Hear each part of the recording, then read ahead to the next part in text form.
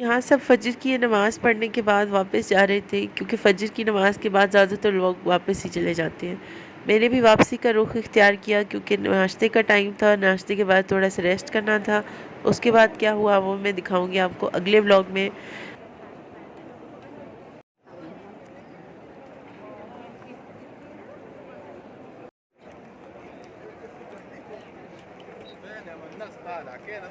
अगर आपको मेरी उम्रा सीरीज़ पसंद आ रही है तो लाइक शेयर एंड सब्सक्राइब। अल्लाह हाफिज़।